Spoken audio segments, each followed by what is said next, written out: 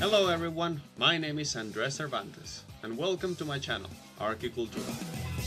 Today we will learn about the history and structure of the quintessential presidential palace. Let's begin with the history of the White House, which started in October of 1792, when George Washington, the first president of the United States, laid the first stone of the building that would become the presidential residence of the country. Now, let's take a look at the layout of the house. In the basement of the house, the service staff, cooks, laundry, and other cleaning spaces were located. Then we move on to the first floor and then to the second floor, which features the yellow oval room, which was used as the presidential office, although it is not the famous Oval Office of today. The style used was neoclassical, decorating the windows on the first floor with moldings and alternating triangular and circular pediments, supported by long brackets. The south facade has modern Ionic column capitals, which we will see better later since they are attached to the wall.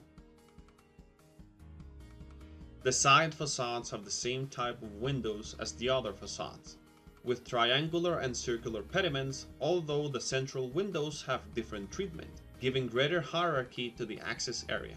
Additionally, between windows, the same columns that we saw on the south facade appear. The north facade does not have columns between all the windows like the south facade. It only has them at the entrance. However, these are not attached to the wall. Here we can see better that the modern Ionic capitals differ from the traditional ones in that the latter have parallel volutes and the modern ones have them turned toward the corners. In this case, these four columns are here to support the main entrance pediment. The top edge of the house is finished with a cornice bordered by a balustrade. There are many reasons to believe that the architect was inspired by Leinster House, the current home of the Irish Parliament, in the design of the White House. Some similarities include the number of windows, the alternating triangular and circular pediments only on the first floor and square moldings on the second. Also, James Hoban, the architect who designed the White House, was Irish. Once the house was completed in the 1800s, George Washington did not live there because he had died years earlier. Instead, it was John Adams, the second president of the United States, who was the first to inhabit the house. Due to the porosity of the sandstone, the stone was protected with a lime-based mixture, which eventually gave it its famous color. Between 1801 and 1809, during the term of the third president, Thomas Jefferson, colonnades were added to both sides of the house to conceal domestic tasks and stables. These are the east and west colonnades, and the central building would later be known as the executive residence. During the War of 1812, the British burned down the city of Washington, and much of the White House was destroyed, leaving only the exterior walls. It was considered for demolition but was eventually rebuilt in 1815, with advice from the architect who built it the first time. Meanwhile, the fourth president, James Madison, governed from the Octagon House for 6 months and also from one of the 7 buildings, which were 7 attached houses, of which only 2 remain. Once the reconstruction was completed in 1817, the president returned to the presidential house. In 1824, during the term of the fifth president, James Monroe, the south porch was added in a semicircular shape, supporting the roof with Ionic columns. It is believed that this facade was influenced by the rear facade of the Rastignac Castle, which had been built in 1817. In 1829, the north porch was added, with new columns placed in front of the main entrance, and the pediment was extended over these columns. Additionally, the ground was raised to the north, making it appear from this perspective that the house has only 2 floors. In 1856, a British ship called HMS Resolute became stuck in the Arctic ice. The Americans found it and returned it to Queen Victoria. What does this have to do with the story? Right now, nothing. In 1866, during the term of Andrew Johnson, the colonnades built by Jefferson were demolished, and in their place, greenhouses were gradually built on both sides of the house, eventually filling the surroundings of the house with greenhouses. In 1879, the HMS Resolute was dismantled, and several pieces of furniture were made from it, including 3 Resolute Desks, one owned by Queen Victoria, one for the widow of Henry Grinnell, who played an active role in the recovery of the ship, and the last and most famous was gifted by the Queen to the President of the United States. From this point on, most presidents of the United States have used this desk. In 1901, President Theodore Roosevelt officially named the US presidential palace the White House. It was always believed that the White House was insufficient for all that was needed to be the seat of government. So in 1902, the greenhouses were removed and the east and west wings were constructed, which are connected to the executive residence through new colonnades. In the center of the west wing, in a rectangular office, the president's new space was located, but in 1909, it was given an oval shape in reference to the original office in the executive residence. This office is still not the famous Oval Office of today. In 1913, the First Lady established the Rose Garden. Since then, in each administration, the Presidents and First Ladies have put their personal touch on the garden, including exotic species or species with commemorative meanings. In 1927, the wooden beams on the top floor were replaced with steel beams.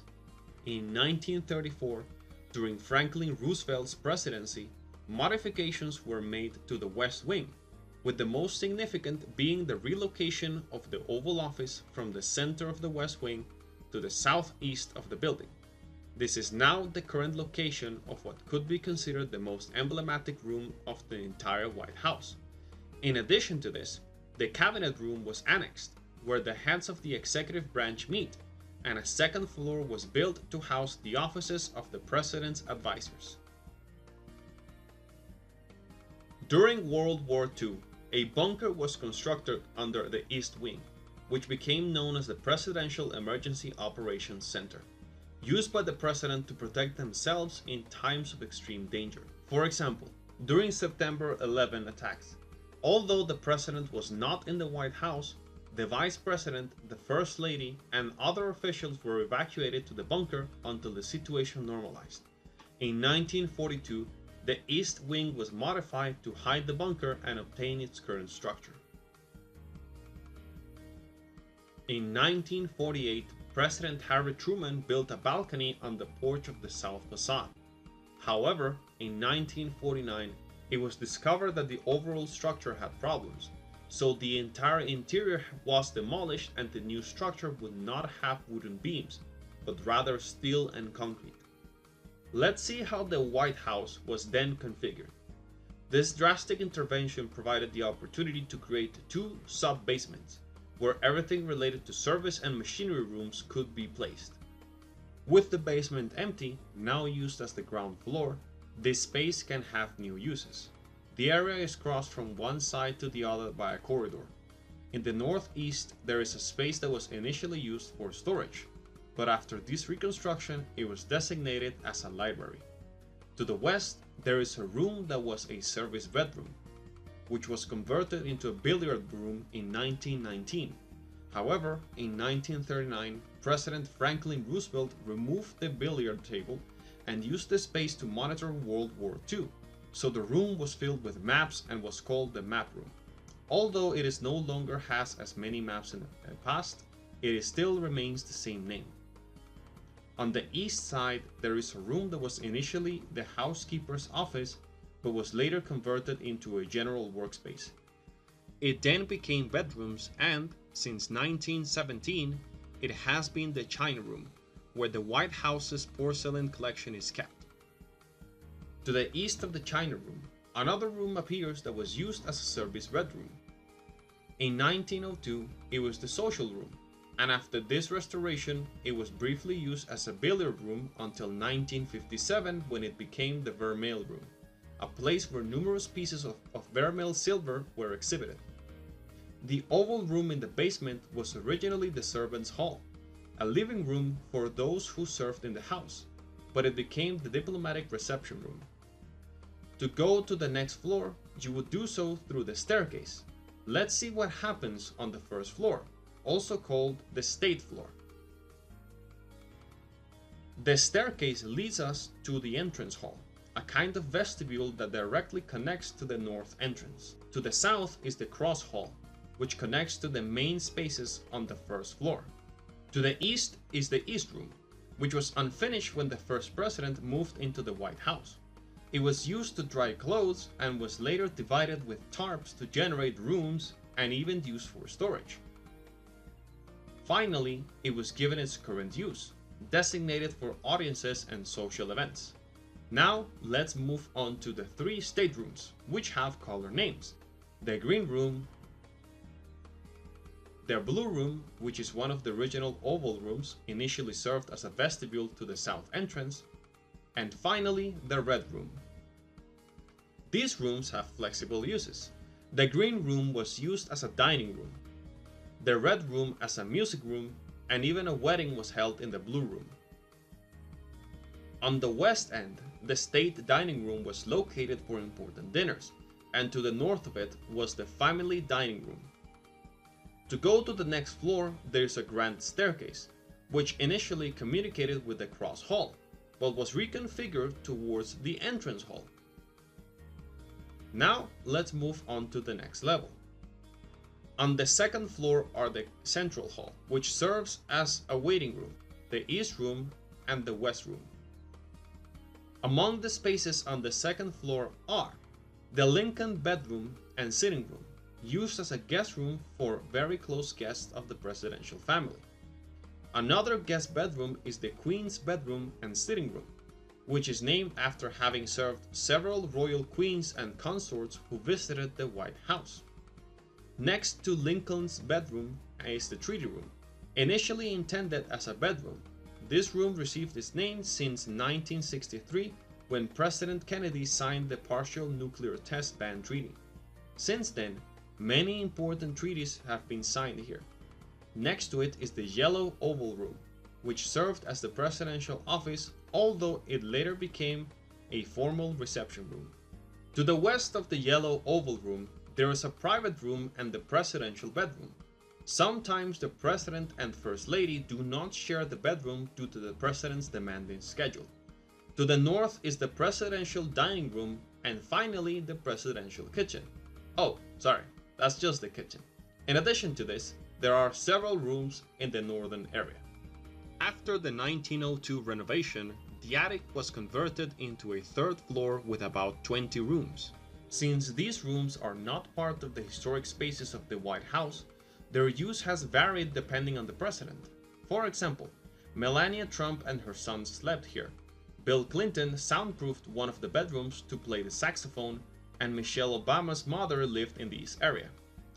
A glass-enclosed terrace was built over the south porch as a recreational space. In 1961, First Lady Jacqueline Kenedy founded the White House Historical Association, an entity responsible for regulating the restorations, maintenance, decoration, and all the museum work of the White House. From this moment, the White House itself began to be treated as a museum piece, and future modifications would be minimal. When the Rose Garden and East Garden were undergoing restoration, President Kennedy was assassinated, and the recovery of the gardens was left in the hands of the new First Lady, who named the East Garden the Jacqueline Kennedy Garden. In 1977, First Lady Rosalynn Carter established her office in the southwestern area of the East Wing, partially symmetrically located with the Oval Office. Since then, this office has been designated for the First Lady of the United States. In 1994, a truck driver stole a plane and crashed it into the South Passat Garden, dying on the spot. This incident prompted a re-evaluation of the security of the White House, with protocols becoming even stricter after September 11, 2001.